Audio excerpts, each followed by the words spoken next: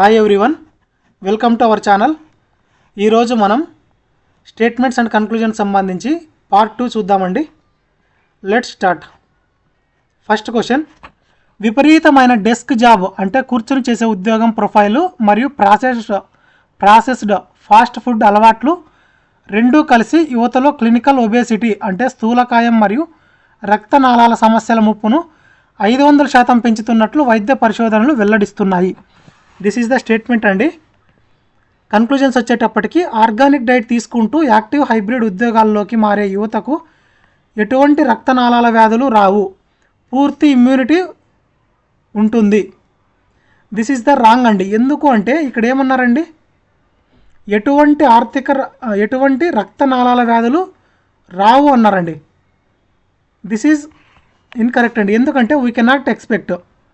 మనము ఇక్కడ విపరీతమైన డెస్క్ జాబ్ ప్రొఫైలు మరియు ప్రాసెస్డ్ ఫాస్ట్ ఫుడ్ అలవాట్లు రెండు కలిసి యువతల్లో క్లినికల్ ఒబేసిటీ మరియు రక్తనాళాల సమస్యల ముప్పును 500% పెంచుతున్నట్లు అన్నారండి. కానీ ఇక్కడేమన్నారు, ఆర్గానిక్ డైట్ తీసుకుంటూ యాక్టివ్ హైబ్రిడ్ ఉద్యోగాల్లోకి మారే యువతకు ఎటువంటి రక్తనాళాల వ్యాధులు రావు అనేది వీ కెనాట్ ఎక్స్పెక్ట్ అండి. ఇక్కడ ఈ రక్తనాళ సమస్యలు పెరుగుతున్నాయని మాత్రమే చెప్పారు, కానీ ఇక్కడ హైబ్రిడ్ ఉద్యోగాలు చేయడం వల్ల ఈ రక్తనాళాల వ్యాధులు అనేవి రావు అని మాత్రం చెప్పలేమండి. So we can eliminate conclusion 1. Next, ఆధునిక పని వాతావరణం మరియు మారిన జీవనశైలి విధానాలు ప్రజల శారీరక ఆరోగ్యానికి తీవ్రమైన ముప్పులుగా మారుతున్నాయి. దిస్ ఈజ్ కరెక్ట్ అండి. వాతావరణం గురించి చెప్పారు, జీవనశైలి యొక్క విధానాల గురించి చెప్పారు. So we can choose this one అండి.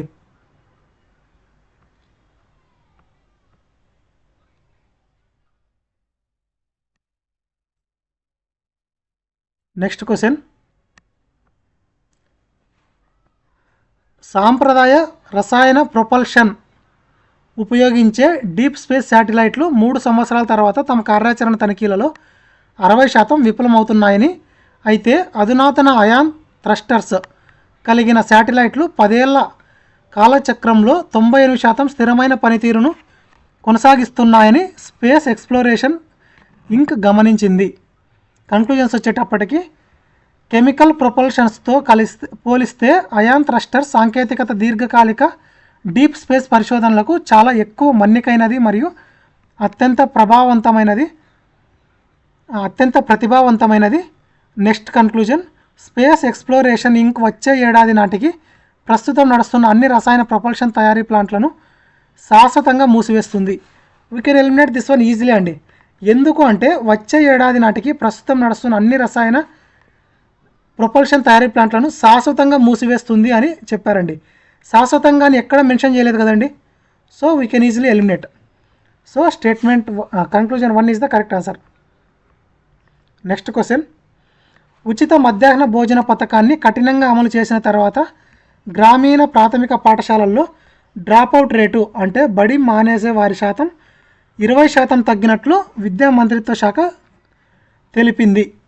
కన్క్లూజన్స్ వచ్చేటప్పటికి, ఉచిత మధ్యాహ్న భోజనం గ్రామీణ తల్లిదండ్రులు తమ పిల్లలను పాఠశాలలకు క్రమబద్ధంగా పంపడానికి ఒక ప్రోత్సాహకంగా పనిచేస్తుంది. కరెక్టే కదండి. So we can choose this one. Next, వచ్చే 2 ఏళ్లలో అన్ని ప్రాథమిక పాఠశాలల్లో డ్రాపౌట్ రేటు 0% చేరుకుంటుంది. We cannot expect this one correct అండి. ఎందుకు అంటే వచ్చే 2 ఏళ్లలో డ్రాపౌట్ రేటు 0% చేరుకుంటుంది అని మనం ఈజీగా చెప్పలేమండి. అది చేరుకోవచ్చు, చేరుకోకపోవచ్చు. కానీ ఇక్కడ ఏం చెప్పారు, 20% తగ్గినట్లు మాత్రమే వెల్లడించారు, కానీ ఇక్కడ ఫ్యూచర్ గురించి ఎక్స్పెక్ట్ చేయలేదు కదండి. So we can eliminate conclusion 2.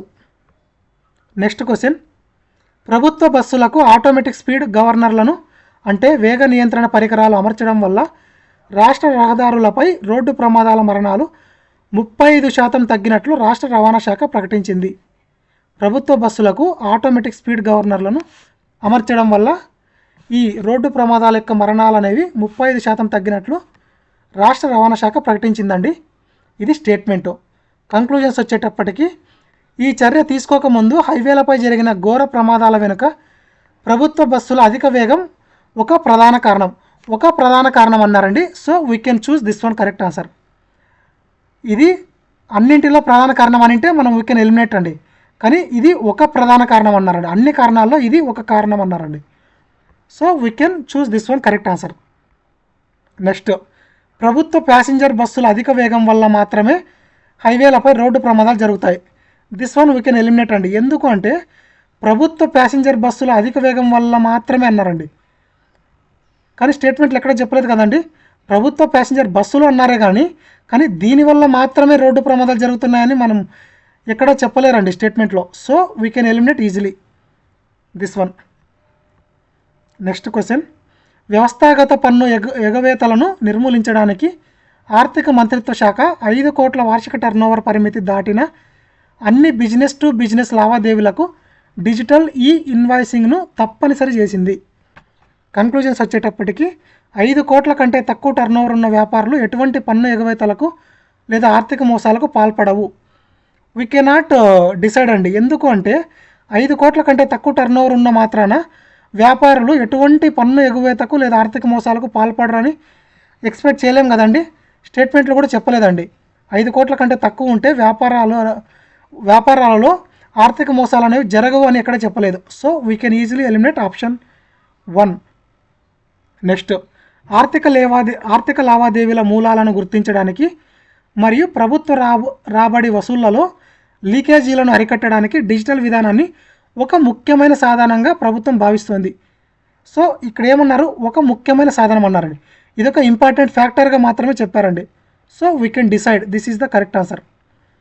ఇక్కడ ఇది మాత్రమే ముఖ్యమైన సాధనంగా అని అంటే వీ కెన్ ఎలిమినేట్ అండి. కానీ ఇది ఒక ముఖ్యమైన సాధనంగా అంటే అన్నింటిలో ఇది ఒక రీజన్ మాత్రమే అన్నారండి. ఇది ఒక ఇంపార్టెంట్ ఫ్యాక్టర్ మాత్రమే అన్నారు.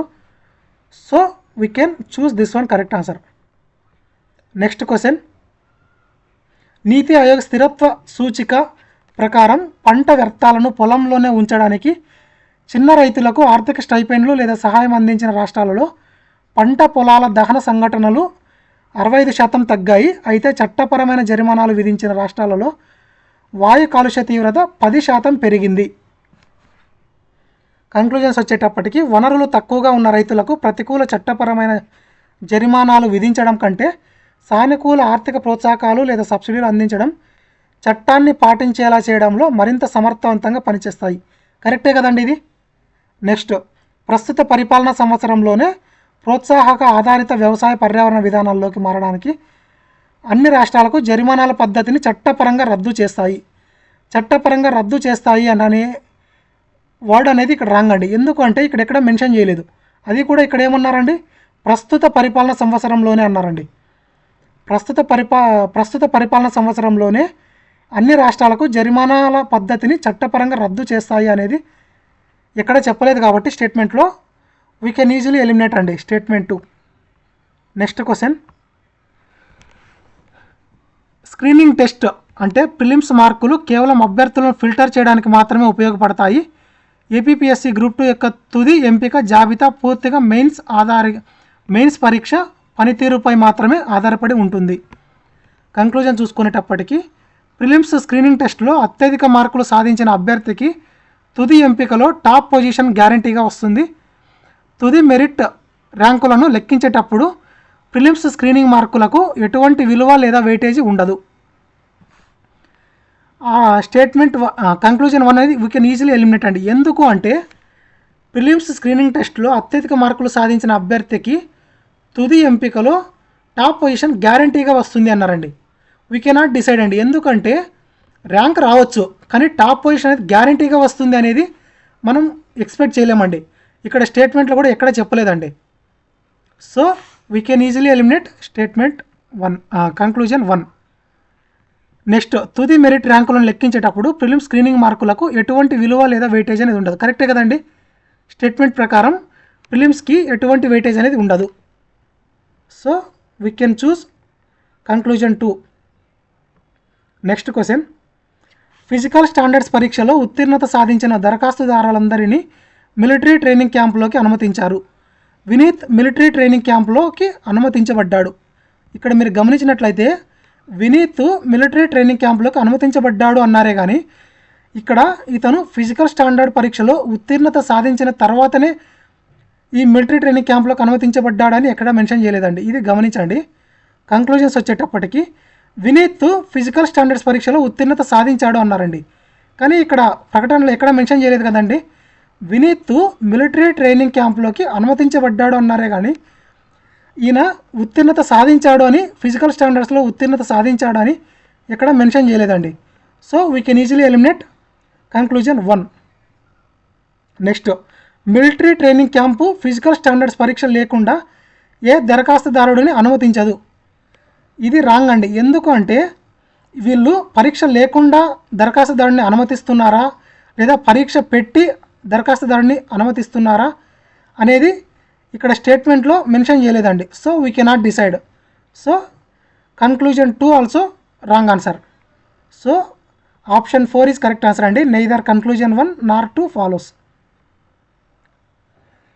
నెక్స్ట్ క్వశ్చన్,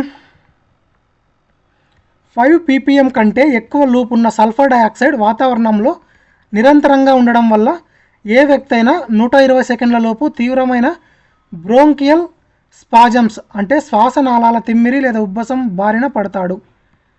కంక్లూజన్స్, ఒక వ్యక్తికి 120 సెకండ్ల లోపు బ్రోంకియల్ స్పాజమ్స్ రాకపోతే అతను 5 ppm కంటే ఎక్కువ సల్ఫర్ డయాక్సైడ్ వాతావరణంలో లేడు అని అర్థం. బ్రోంకియల్ స్పాజమ్స్ అనేవి కేవలం సల్ఫర్ డయాక్సైడ్ వాయువును పీల్చడం వల్ల మాత్రమే సంభవిస్తాయి.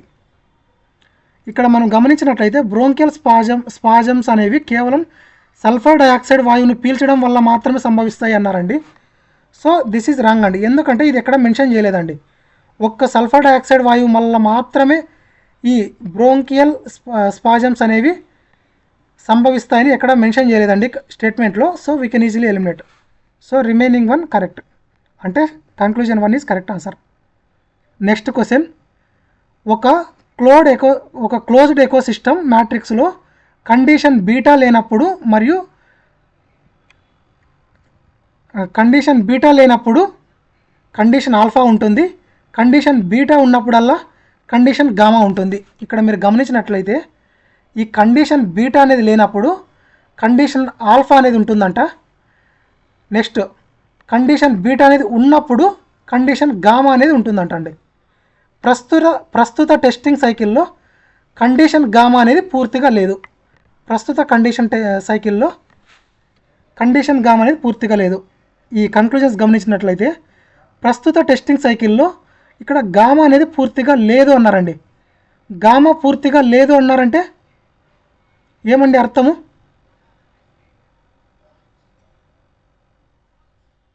బీటానే కదండి. బీటా లేనప్పుడు ఆల్ఫా ఉంటుంది. సో ఇక్కడ గామా పూర్తిగా లేదు అంటే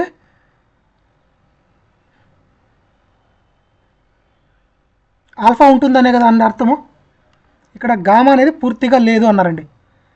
గామా పూర్తిగా లేదు అంటే ఇక్కడ బీటా లేనప్పుడు ఆల్ఫా ఉంటుంది. సో ప్రస్తుత టెస్టింగ్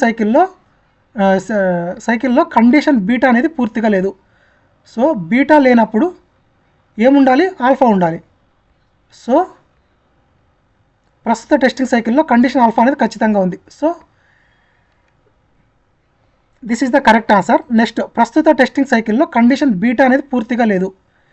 బీటా అనేది పూర్తిగా లేదు అంటే గామా అనేది ఉంటుందని అర్థం అండి.